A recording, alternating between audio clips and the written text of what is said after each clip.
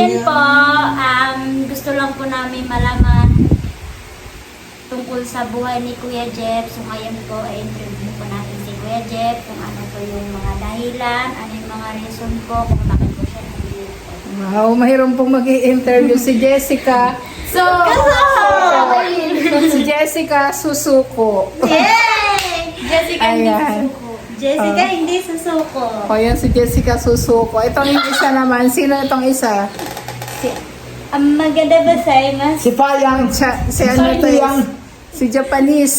Japanese yan. Okay, ano. Konnichiwa. Konnichiwa. Hindi yun eh. Sama siya, ni Hao. Okay, Kasi po, ayan. bago lang po si Kuya Jeff dito po. Bago lang po kasi galing sa Amerika. Galing po yan sa Amerika po. Kasi po namin kilala din po kung sino po si Kuya Jeff, ano po yung pagkataon niya. Huh? Wala. Oh my God! Oh my gosh. Pagkatao ka talaga, ha? Yes. Ano po yun? Ano po siya? Mabait po ba siya? Matatag po ba siya? Ito si Jipoy at tapang ataw. Ito si Jipoy. Ito si Jipoy at tapang na tao. Hindi susuko. Hindi susuko. Hindi susuko! Hindi si kasuho! Okay.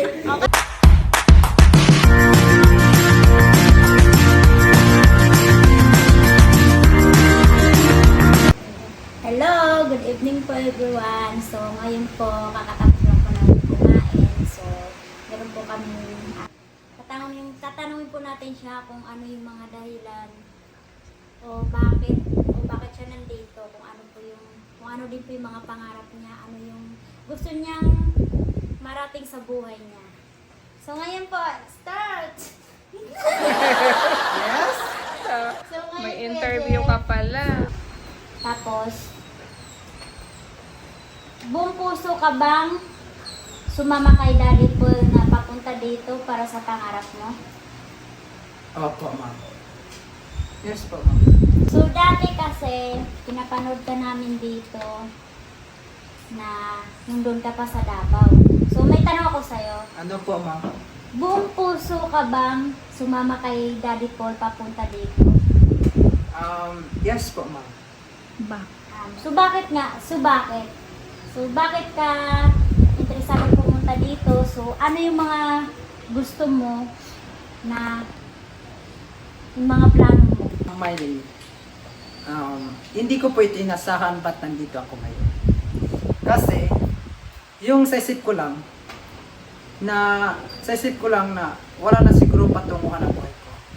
Pero, salamat naman, mayroon naman tumulong sa akin, lalo na si Daddy Paul. At buong puso ko po na sumama po ako kay Daddy Paul kasi para lang po sa aking future at saka family ko po. So hindi ka nagdadalawang isip na pumunta dito. Yes po, ma'am. Hindi po ako nagdadalawang isip. Kasi nalaman ko naman yung sila Daddy Paul at saka yung mga lahat ng mga sinasabi niya ay mga totoo talaga. So ano yung pangarap mo sa buhay? Actually po, ma'am, pangarap po ko sa buhay ay mag-education po ako. BSc, Bachelor of kaya secondary education po. Para matulungan ko po yung mga, lalo na yung mga culture namin po doon sa Mindanao. Kasi nandito ako ngayon, hindi lang sa future ko, kundi para lang sa mga katutubo ko po doon po sa Mindanao. Wow! Magaling po yung kanyang adikain po. Magaling din po siya magsagot. Tapos, humanga po ako sa kanya kasi po meron din po siyang mga pangarap po sa buhay para po sa pamilya, para po sa mga Katulad ko din katutubo po. po namin na katulad po namin para din po matulungan po sila. Natuwa ko po sa'yo, Kuya Jeff, kasi Thank you po, ma'am. napakagaling mo, napakatatag mong bata. Yes po, Saka, ma'am. kinaya mo lahat. Yes po. Ganyan tayong katutubo pag may pangarap. Of course po, ma'am. Dapat kakayanin natin na nakalayo tayo sa pamilya natin. Opo. Kakayan natin ang lahat. Ang galing po. Ang galing po talaga ni Kuya Jeff. Kuya Jeff, di ba, nagtatanong lang ako sa'yo. Ano po, ma'am? So, di ba ngayon, nalayo ka sa pamilya mo? Yes po, ma'am. Sa saan ka kumukuha ng lakas para malabanan ang ganito sitwasyon? At sa masagot ko lang po sa iyo, ma'am.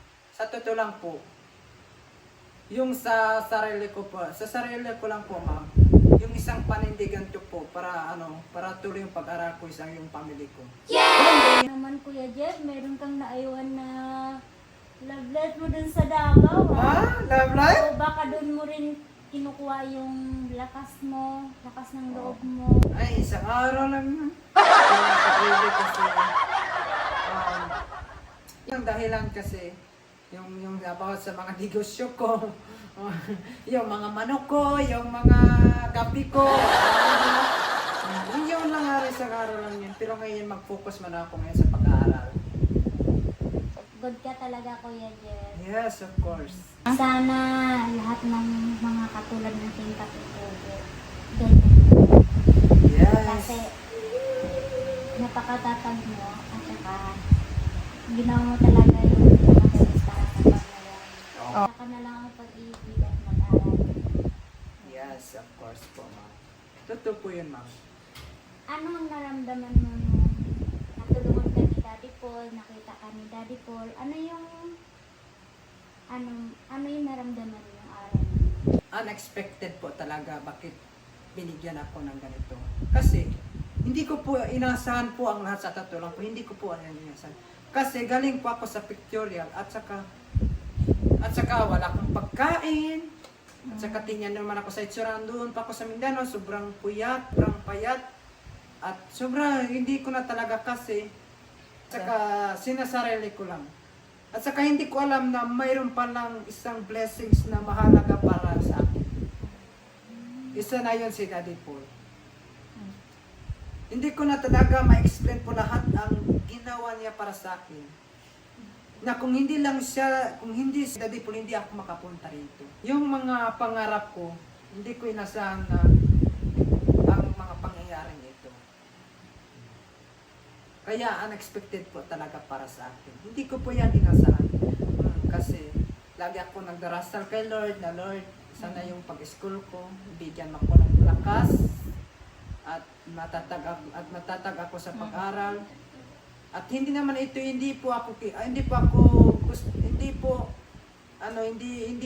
ako magplano po sa sarili ko kundi ikaw Lord ang magplano para sa akin. Kasi nandito na yung mga blessings, hindi ko alam nandito pa rin. So ganyan talaga si Lord pag si Lord na yung mag-aano sa atin, asikaso sa atin. Kung si Lord na yung, kasi hindi naman talaga natin alam kung saan tayo niya dadalhin. Kasi doon pa ako sa Mindanao, doon pa ako sa amin na inisip ko lang yung mag-aral lang kung mag-aral. Kasi saan man ako kukuha ng pera para pangbayad ko sa tuition.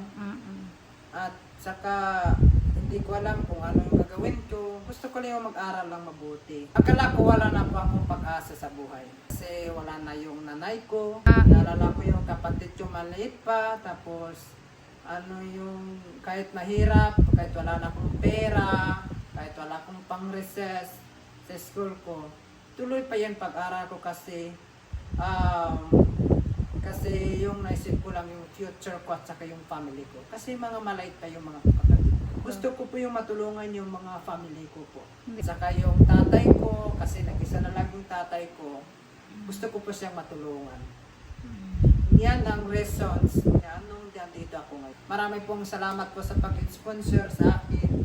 At maasahan niyo rin na darating yung araw na makamit ko yung pangarap ko ng dahil lang po sa inyo. Yun po yung dalawa. Oh, napakinggan niyo ba yung... Kuya Jeff!